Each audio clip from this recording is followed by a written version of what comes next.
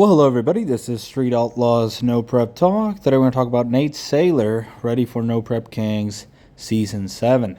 Now, photo goes directly to the photo owners. Please subscribe and comment and stay tuned for a lot more videos coming.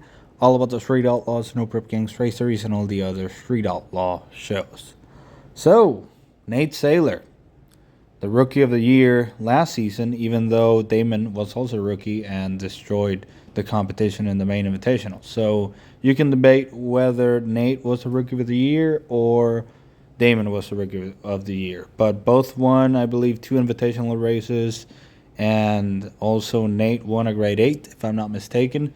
And this man came out of nowhere, even though back in Season 5, he ran in the future class. He won a couple of races, if I'm not mistaken. And he also grudge raced Jim Howe, which arguably had the fastest car at the end of No Prep Kings Season 5. And he actually beat Jim Howe. So once that happened, we all knew, or at least the guys and gals that pay attention, that if Nate would get into the Invitational, he would actually do a lot of damage.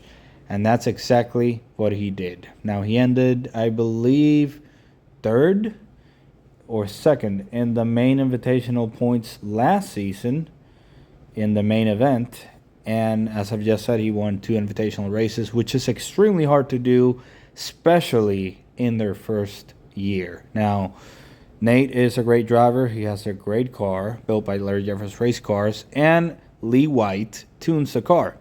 And Lee White is definitely one of the baddest tuners out there. I mean, he's right up there with Steve Petty, Billy Stocklin, Steve Jackson. I mean, name a big name tuner, Lee White is right up there with them. I mean, that man knows how to tune Pro Charger, screw blower, turbos, everything. And he definitely tuned Nate really good because that car was extremely fast. Now, Nate ran the 140 at the beginning of the season. Then he ran the 136.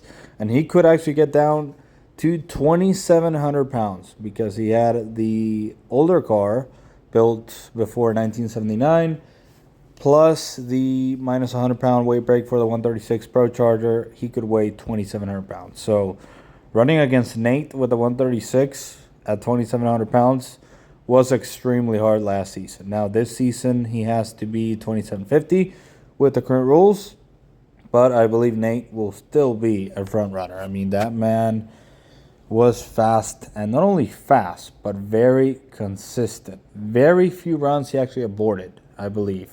If he even aborted any run that I remember. I mean, I think the only run that I remember that he actually aborted was the one that he crashed in the grade 8 against Murder Nova. And Nate's fast, and he's very, very consistent.